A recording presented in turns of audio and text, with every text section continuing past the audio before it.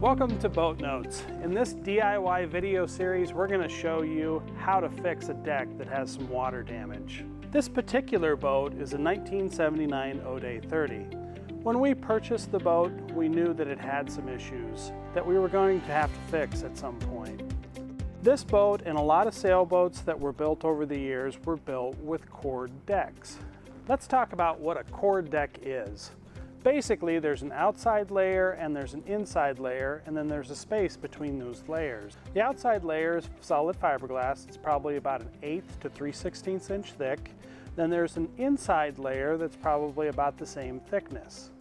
In between those layers is an airspace that's actually filled with a core material. When those three layers are bonded together, that creates a really rigid deck. This cutaway illustration shows a better view of the deck construction. The outer deck skin, the core in the middle, and the inner skin on the inside, all bonded together with adhesive. This boat was built with several types of core materials, mostly end-grain balsa, but also marine-grade plywood. Both are used in deck construction, but used in different applications in different areas of the boat. Now there's a lot of advantages to using end-grain balsa.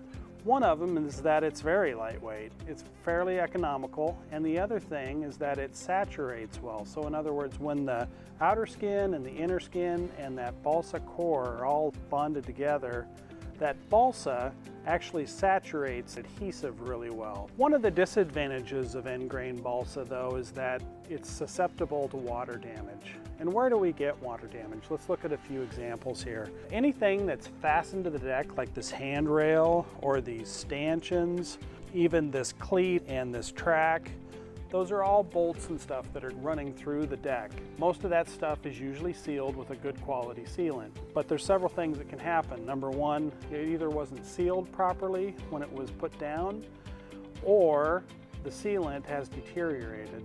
Once that happens, water can actually seep into the deck, into that core material. So the big disadvantage of end-grain balsa is that it's not very waterproof and it will rot over time if those leaks aren't fixed. So in this particular case, the windows leaked really bad. I think the handrails have leaked and some of the stanchions as well. So there's some spots in the deck that have become fairly soft.